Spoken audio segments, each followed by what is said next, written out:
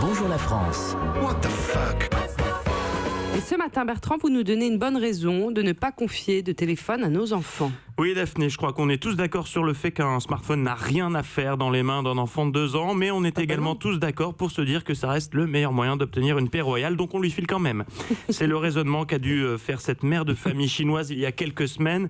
Elle a prêté son téléphone portable à son enfant de 2 ans pour l'hypnotiser à coups de pixels. C'est le South China Morning Post qui rapporte cette histoire, mais alors que l'enfant matait des dessins animés, le smartphone de sa mère s'est mis en veille et a demandé le code d'accès.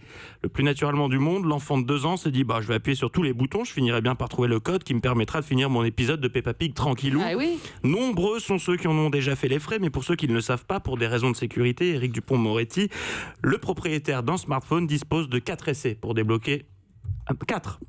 Pour débloquer son téléphone 4. Ah bon? Ah, 4 essais. Moi je pensais 3 aussi. Non, c'est 4 Je suis un essais. optimiste, moi, décidément. 4 essais pour débloquer son téléphone. Au 5e, l'appareil se bloque complètement pendant 1 minute. Si au terme de 7 minutes, le 6e essai est raté, le téléphone se bloque 5 minutes, puis 15 au 7e essai raté, etc. etc. Okay. Bref, chaque échec augmente la période pendant laquelle le propriétaire n'a plus accès à son c'est téléphone. dingue. Donc je vois le truc venir pendant combien de temps? On arrive à un De siècle. minutes, en tout cas, l'enfant a bloqué le téléphone de sa mère. 25 millions.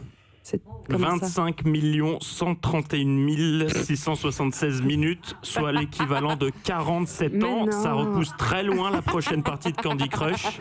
Mais comment c'est possible? Alors, si j'étais poli, je dirais que c'est un concours de circonstances, mais en réalité, cet enfant est tout simplement le plus gros poissard du mois. En jouant, il a déchargé la batterie du téléphone de sa mère et manque de bol, ça a provoqué un bug.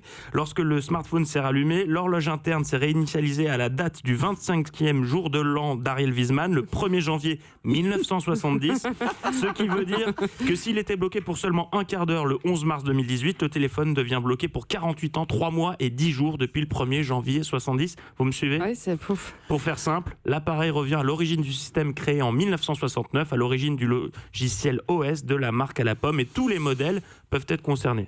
Mais qu'est-ce qu'on peut faire quand ça nous arrive alors? Alors, vous n'allez pas comprendre un mot de ce que je vais vous raconter. Éric Mais Dupond-Moretti. pour ceux qui font des sauvegardes régulières sur iTunes, c'est très simple, il suffit de brancher l'appareil à iTunes et de passer en mode récupération voilà. avant de lancer une restauration, j'allais bien vous le sûr. dire. Vous le saviez. Et les autres, Il m'avait envoyé un fax, Éric Dupond-Moretti, pour me le dire. les autres peuvent tenter une autre opération dont le résultat n'est absolument pas garanti. Insérer une carte SIM sans mot de passe dans le smartphone. Lorsque l'appareil va retrouver le réseau, il va se remettre automatiquement à la bonne heure. Il suffira alors d'éteindre le téléphone et de replacer l'ancienne carte SIM. Bon, enfin, quoi qu'il en soit, si C'est vous vraiment voulez... très très grand public aujourd'hui. C'est très accessible. Si vous voulez que rien de tout cela n'arrive, ne donnez pas votre téléphone à un enfant de 2 ans, ce sera mieux. Trouvez-lui une autre occupation. Je sais Voilà, pas, moi, par exemple, ça, à on 2 comprend. ans, je lisais la Pléiade et je jouais aux échecs. Ah bon? Voilà. Oui, pour le développement cérébral, on est un niveau au-dessus. Oui, c'est ça. Oui. J'y crois pas du tout. Non, je regardais les minicums comme tout le monde. Voilà, exactement. Merci beaucoup, Bertrand Chameroy.